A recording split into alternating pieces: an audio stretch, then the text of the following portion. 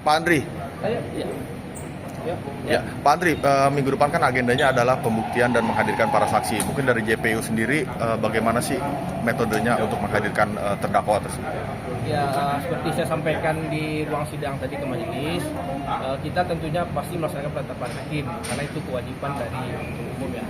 Karena status tahanannya berada di Nusa Kambangan dan yang berwenang itu adalah pihak Dirjen Pemasyarakatan. Karena statusnya kan narapidana, bukan tahanan. Jadi tentunya kita harus berkoordinasi dulu dengan pihak Dirjen Pemasyarakatan. Ya, mudah-mudahan lancar lah, sama-sama berdoa aja mudah lancar. Kalau teknis penghadirannya otomatis ya harus menurut saya ya tentu dipindahkan ke lapas terdekat. Nah, kita nggak tahu di mana itu wewenangnya lapas. Nanti seandainya nih misalnya di Cipinang atau Lembang, tentu kita baru jemput ke Cipinang dengan mobil tahanan. Tapi biasanya yang sudah untuk pemindahan ke lapas terdekat itu kapan, Bang? Nah, itu kita nggak bisa jawab, itu wewenangnya pihak masyarakatan. Yang pasti sidang hari Kamis itu terdakwa udah kita bawa ke sini. Mengenai teknisnya nanti kita koordinasi dengan pihak lapas ini. Nah, JPU kan juga akan menghadirkan para saksi. Mungkin siapa saja saksi yang akan dihadirkan oleh JPU? Dari pihak rutan 2 orang ya, yang menemukan barang bukti di dalam rutan itu. Terus polisi ada 3 orang. Artinya ada 5 saksi yang akan dihadirkan oleh JPU. Tapi kita nggak tahu nanti yang bersedia hadir hari itu kan kita nggak tahu Pak hari Kamis datang. Sisanya polisi dari pihak polisi atau pihak rutan. Itu agendanya saksi dulu atau pembuktian si terdakwa dulu sih? Saksi. Saksi dulu, artinya si terdakwa di minggu selanjutnya? 2 minggu selanjutnya. 2 minggu selanjutnya, tapi dia akan dipindahkan ke sini dalam waktu dekat ini? Minggu depan ini belum tahu nih, kita panggil saksi 5. Kalau misalnya hadir 5-nya, 5 kita periksa. Kalau yang hadirnya polisi dulu atau pihak Rutan. Artinya saksi dulu baru terdakwa di bawah.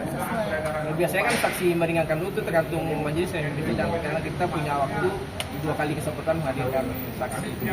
Itu aja. Tapi tadi majelis hakim juga membacakan penolakan eksepsi dari JPU juga nih, Bang, gimana? Bukan. Maksudnya itu penolakan eksepsi dari para terdakwa.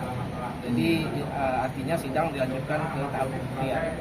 Eksepsi terdakwa ditolak dan lanjut ke pembuktian. Bukan menolak eksepsi penuntut umum, bukan. Eksepsi itu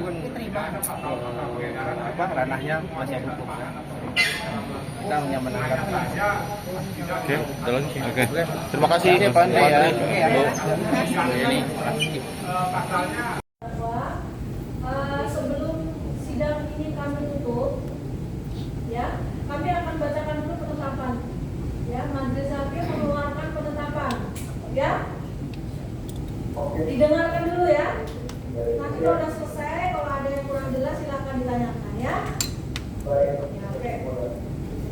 Penetapan nomor 632/2025/PN Jakarta Pusat demi keadilan berdasarkan keterangan yang Maha Esa, Majelis Hakim Pengadilan Negeri Jakarta Pusat membaca 1. Menetapkan Ketua Pengadilan Negeri Jakarta Pusat nomor 632/2025/PN Jakarta Pusat tanggal 16 Oktober 2025 tentang penunjukan Majelis Hakim untuk mengadili perkara Asep bin Sadikin dan kawan-kawan.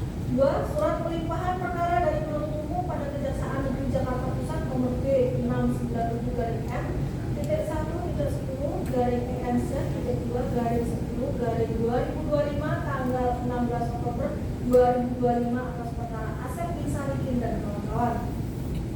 3. Permohonan persidangan secara offline atau luring atau tatap muka nomor 003/JM titik ASS garing P garing Romawi 10/2025 tanggal 20 Oktober 2025 atas nama Muhammad Amar Akbar. 4. Permohonan kehadiran para terdakwa di persidangan secara offline sebagaimana termuat dalam eksepsi terdakwa 1, terdakwa 2, terdakwa 3, terdakwa 4, dan terdakwa 5 tanggal 13 November 2025.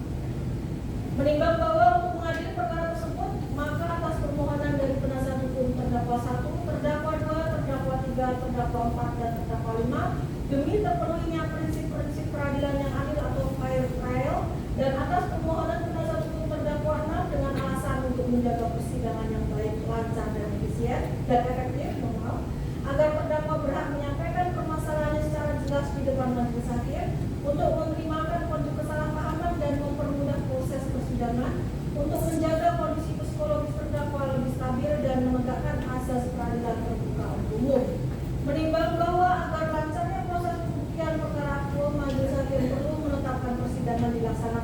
ruang sidang Pengadilan Negeri Jakarta Pusat dan memerintahkan penuntut umum untuk menghadirkan para terdakwa di ruang sidang Pengadilan Negeri Jakarta Pusat.